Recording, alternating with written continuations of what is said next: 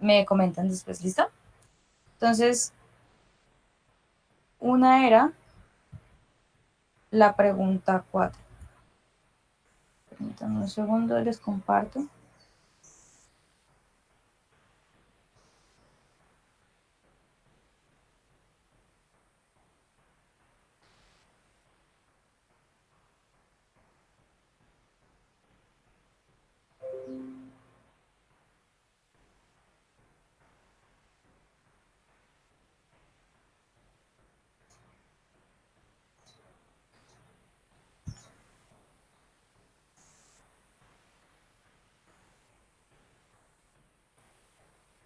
Una era la pregunta 4. Entonces, dice el texto, primera meditación. Con todo, debo considerar aquí que soy hombre y por consiguiente que tengo costumbre de dormir y de representarme en sueños las mismas cosas y a veces menos cosas menos verosímiles que esos insensatos cuando están despiertos. ¿Cuántas veces no me habrá ocurrido soñar por la noche que estaba aquí mismo, vestido, junto al fuego, estando en realidad desnudo y en la cama? En este momento estoy seguro de que yo miro este papel con los ojos de la vigilia, de que esta cabeza que muevo no está soñolienta, de que alargo esta mano y la siento de propósito y con plena conciencia. Lo que acaece en sueños no me resulta tan claro ni tan distinto como todo esto, pero pensándolo mejor, recuerdo haber sido engañado mientras dormía por ilusiones semejantes, y fijándome en ese pensamiento veo de un modo tan manifiesto que no hay indicios concluyentes ni señales que basten a distinguir con claridad el sueño de la vigilia, que acabo atónito y mi estupor es tal que casi puede persuadirme de que estoy durmiendo. La respuesta, ¿cuál de las premisas principales que usa Descartes para concluir que la vigilia no puede distinguir? ¿Cuál es la premisa principal que usa Descartes para concluir que la vigilia no puede distinguirse con certeza del sueño? A, muchas veces soñamos despiertos y despiertos creemos que soñamos. B, podemos saber cuándo estamos despiertos y cuándo estamos dormidos. C, pocas veces reflexionamos sobre las vivencias reales y soñadas. D, las vivencias del sueño y la vigilia son muy parecidas. En este caso, la respuesta correcta es la D. Las vivencias del sueño y la vigilia son muy parecidas. No es la A porque de hecho no es el énfasis en la vigilia lo que a él le hace dudar sobre la distinción entre lo real, entre lo soñado y lo no soñado, por decirlo así. No es el sueño, no es la vigilia, el estado de vigilia lo que le produce desconfianza, sino la sensación de realidad en los momentos de sueño. Entonces, no es tanto, el asunto no es tanto la sensación de estar despierto y soñando, sino de estar soñando y sentirse despierto. Son dos cosas diferentes. ¿Sí se comprende la diferencia?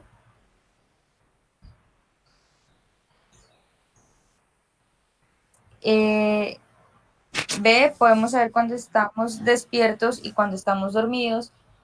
Eso es falso, porque precisamente el tema central, ustedes ya en algún momento, en otra pregunta, preguntaban por eso. El texto da de la incapacidad de distinguir claramente la vigilia del sueño. C, pocas veces reflexionamos sobre las vivencias reales y las soñadas. Puede que sea cierto, pero no es algo que nos comenten en el texto. Entonces, solo es la opción D. Sí queda claro para aquellas personas que tal vez no lo marcaron correctamente.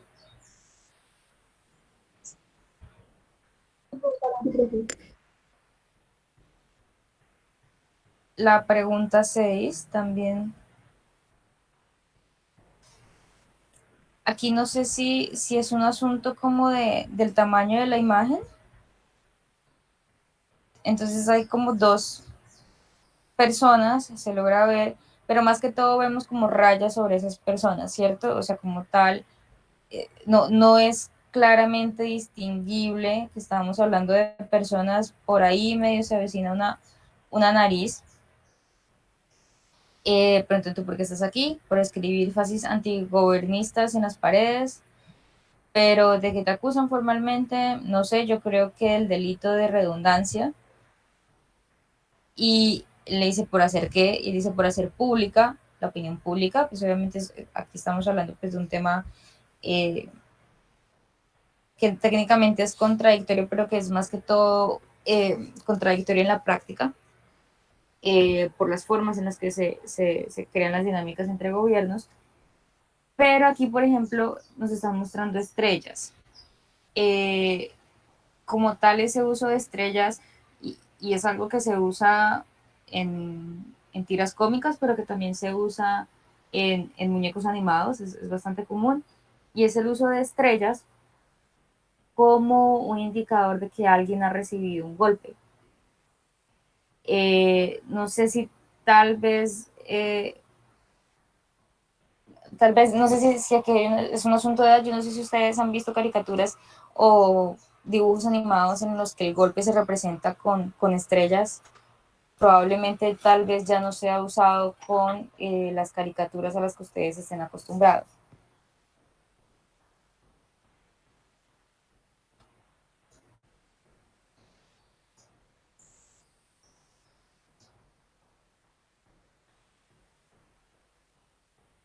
Eh, Refuerzan la oscuridad y la clandestinidad de la escena. Sí, yo creo que tal vez en este caso, pues creo que es un asunto de consumo de productos culturales lo que hizo que la mayoría no escogiera la respuesta correcta.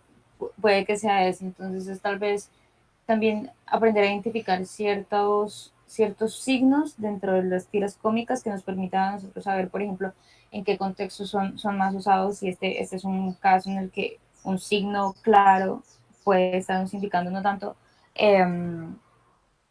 una parte de crítica adicional, sino simplemente nos está dando contexto sobre los personajes y nos está describiendo quiénes son efectivamente esos personajes. La otra pregunta con la que tuvieron problemas fue la décima.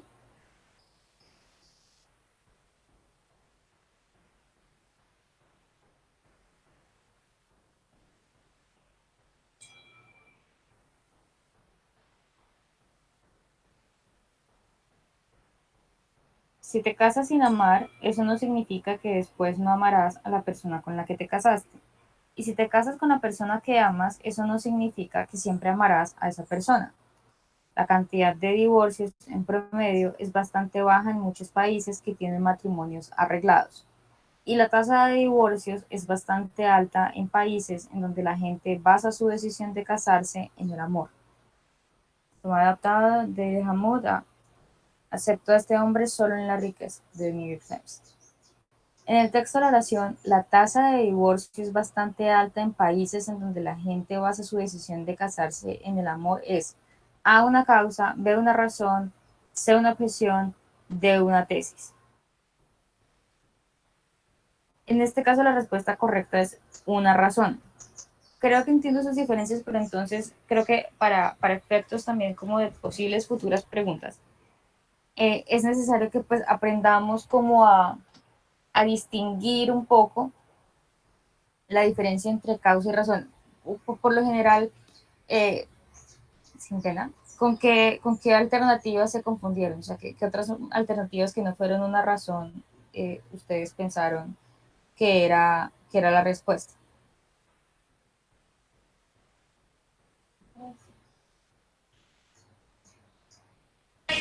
Profesora, antes de como releerla y pensarla bien, yo pensé que era una causa. Ujú.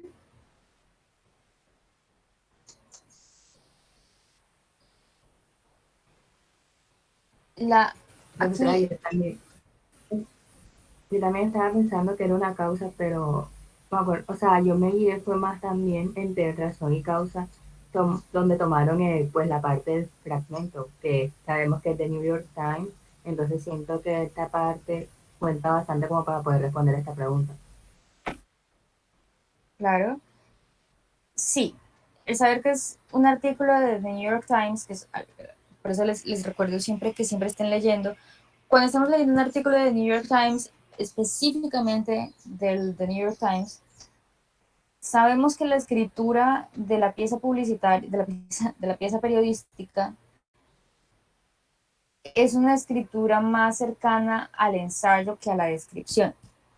Y como es una escritura más cercana al ensayo que a la descripción, va a tener unas tesis, pero sobre todo se va a fundamentar en argumentos, ¿sí?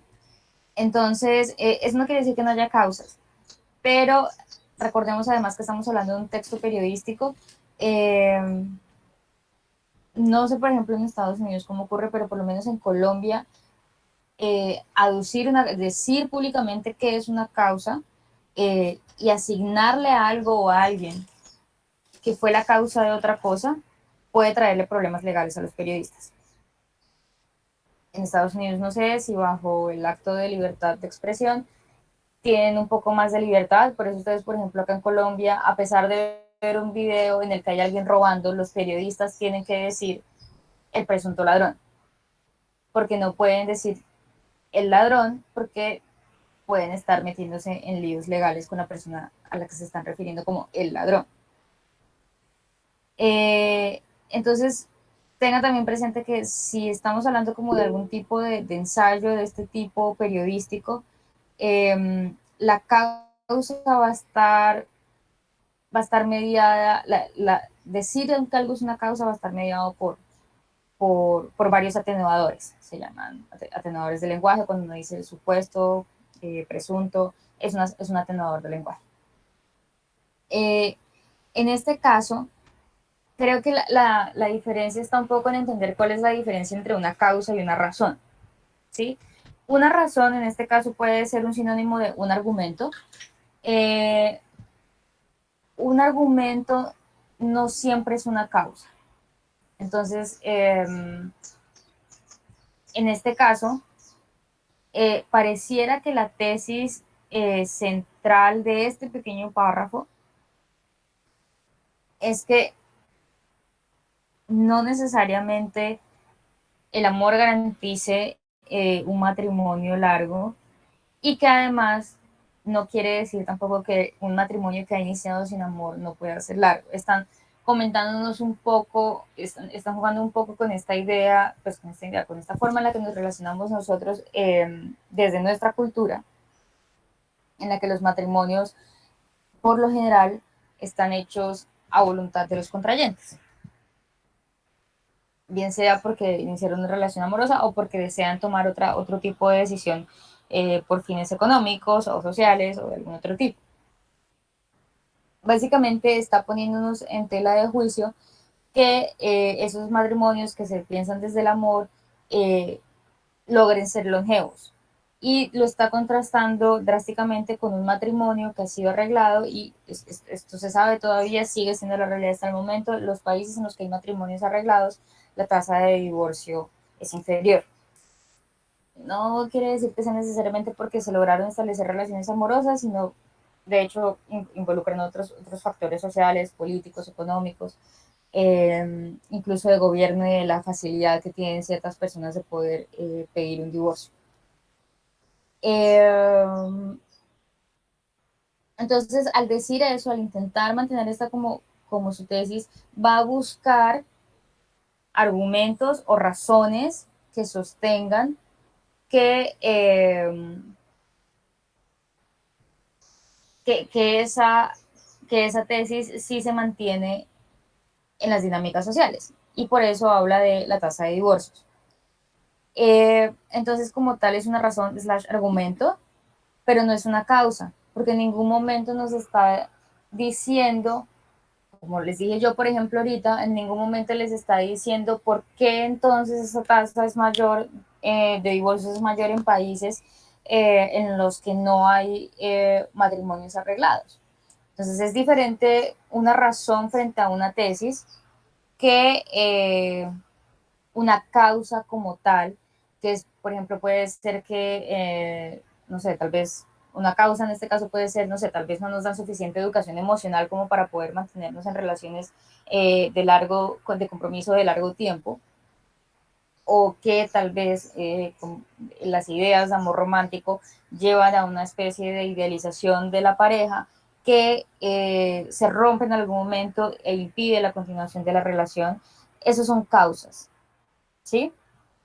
Posibles causas, pero no es como tal una razón. Pues doy un ejemplo con el tema que yo trabajo. Entonces,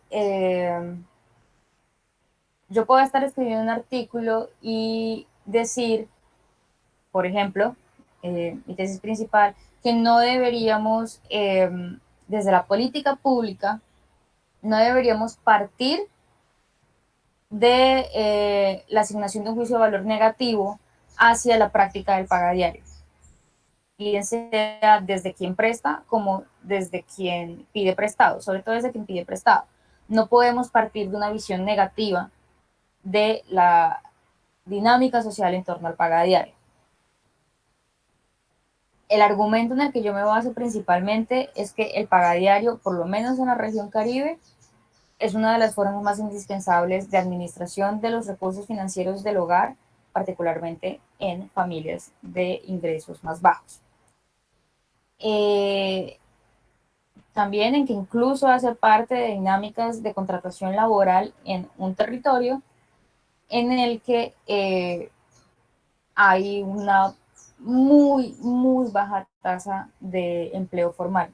La costa en general es uno de los sitios del país en el que hay mayor empleo informal. Eso para mí, dentro de mi afirmación de no consideremos inicialmente negativo el pagadiario como fenómeno social, son dos razones, pero no son dos causas del pagadiario. ¿Sí es clara esa diferencia?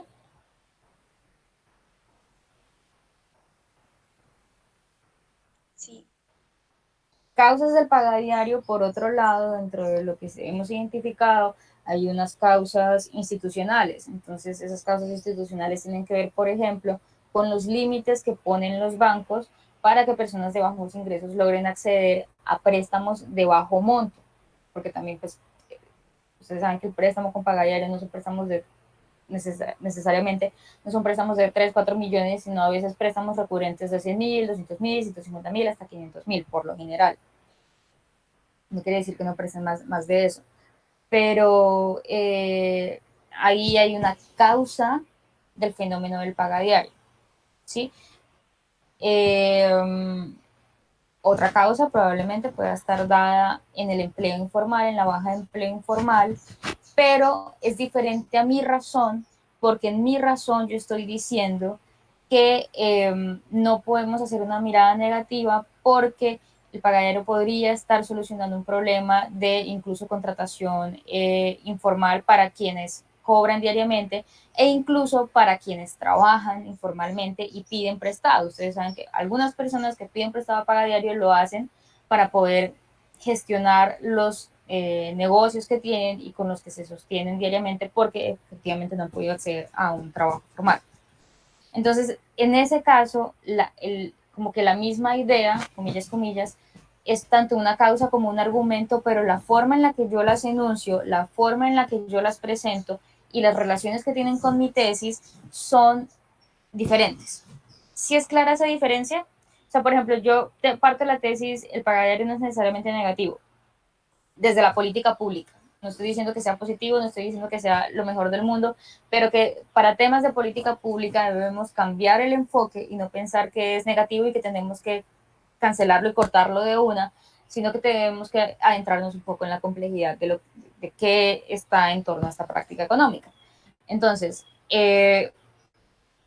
cuando yo digo que no lo miremos negativamente, mi razón es, entendamos que el pagadiario está más presente allí en los momentos en los que la informalidad laboral requiere de estas dinámicas de intercambio económico, que es diferente a decir una de las causas del pagadiario es la informalidad laboral, porque las personas no tienen certeza clara, lo siento, no tienen certeza de sus ingresos diarios, de cuáles van a ser los ingresos mensuales, de si van a tener dinero el día siguiente, y provocan dos cosas. Una, tener que pedirle dinero prestado al pagadiario. Dos, que jóvenes entren a ser cobradores de pagadiario.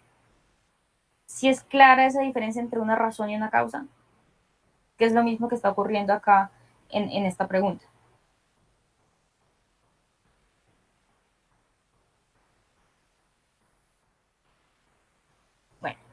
Entonces, dejamos hasta allí. La próxima semana tienen otra vez una evaluación. Esa evaluación sí es definitiva, o sea, ese sí es un 25% de la evaluación. Recuerden que el otro 50% lo voy a tomar con base en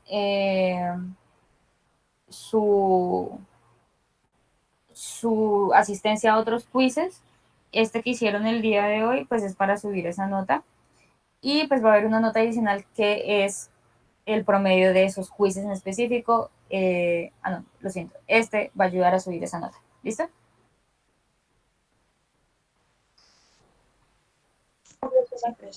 Bueno, Sí, ¿verdad? nos vemos el próximo Sí. jueves. Hasta luego. Hasta